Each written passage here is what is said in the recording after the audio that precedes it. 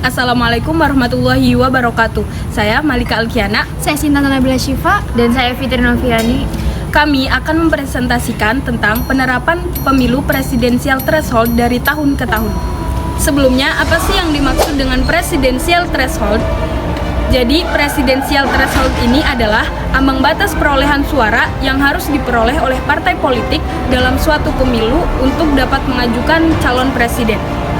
Atau dapat juga diartikan sebagai pembatasan suara partai untuk pencalonan presiden dan wakil presiden. Tujuan dari presidensial threshold ini adalah menciptakan pemerintah yang stabil dan tidak mengakibatkan pemerintah yang sedang berjalan mengalami kesulitan dalam mengambil kebijakan di lembaga legislatif. Peranan presidensial threshold dalam pemilu akan memunculkan figur presiden dan wakil presiden yang kuat, karena presiden dan wakil presiden yang terpilih akan mendapatkan dukungan politik yang besar di parlemen. Efek presidensial threshold untuk pemilihan yang akan datang. Untuk pemilihan yang akan datang beberapa tahun lagi, diusulkan menerapkan presidensial threshold yang lebih kecil dari pilpres sebelumnya. Penurun presidensial threshold ini dinilai akan membuka peluang munculnya capres dan cawapres yang lebih banyak, karena dianggap lebih mudah untuk memperoleh suara atau kursi. Dalam sejarah ketatanegaraan Indonesia, pelaksanaan pemilu telah dimulai pertama kali tahun 1955 di era Orde Lama. Saat itu, kepemimpinan berada di bawah kekuasaan Soekarno. Ia menetapkan dirinya sebagai presiden seumur hidup. Dilanjutkan di era Orde Baru di bawah kepemimpinan Presiden Soeharto pada tahun 1971, 1977, 1982, 1987, 1992, dan 1997.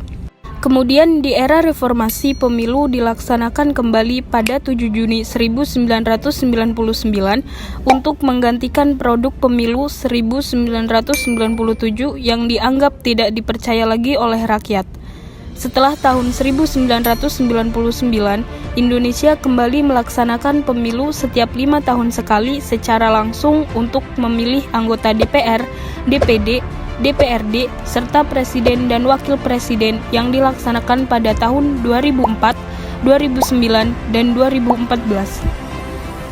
Pada era ini, pemilihan presiden dan wakil presiden menggunakan perolehan jumlah kursi DPR dan suara sah nasional pada hasil pemilihan legislatif yang telah dilaksanakan sebelumnya sebagai ambang batas pencalonan presiden dan wakil presiden atau presidensial threshold, karena pemilihan legislatif dilakukan sebelum pelaksanaan pemilihan calon presiden dan wakil presiden.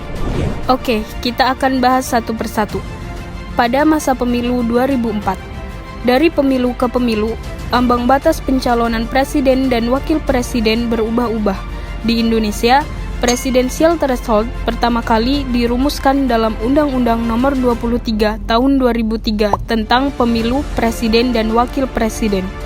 Ketentuan ambang batas itu pun kali pertama diterapkan pada pemilu 2004. Bertetapan dengan pertama kalinya Indonesia melangsungkan pemilihan presiden secara langsung.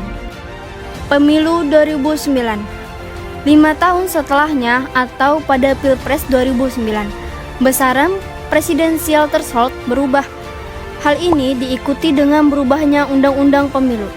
Saat itu, pasangan calon presiden dan wakil presiden yang dapat diajukan oleh partai politik yang memiliki sekurang-kurangnya 25% kursi DPR atau 20% sah nasional dalam pemilu legislatif.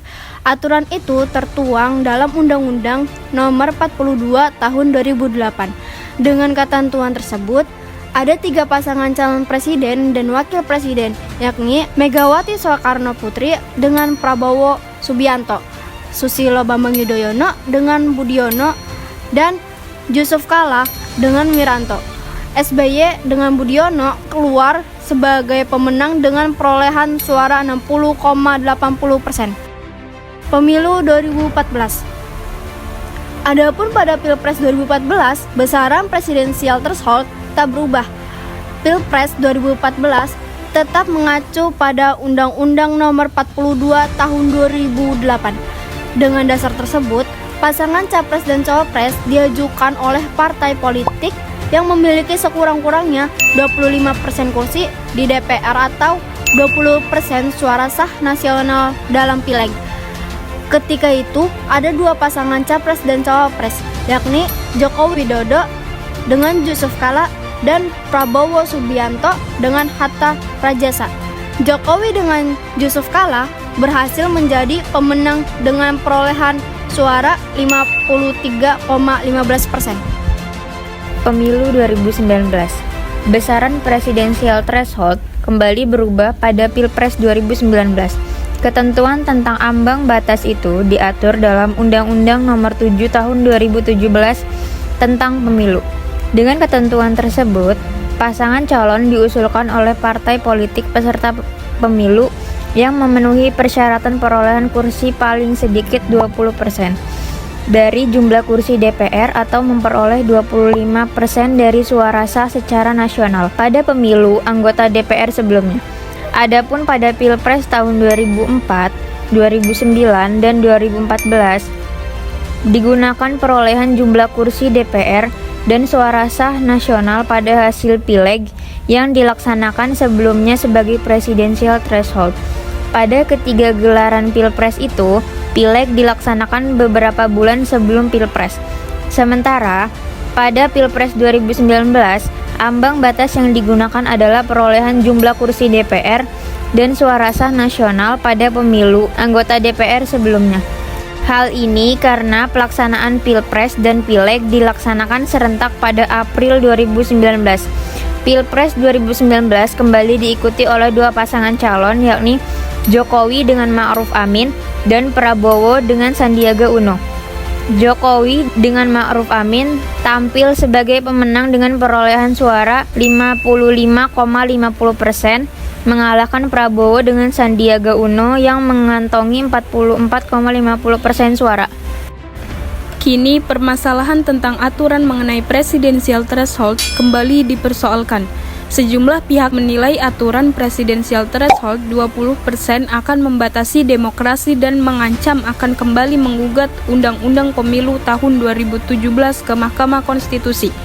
Menjelang pemilihan presiden tahun 2024, isu presidensial threshold kembali mencuat.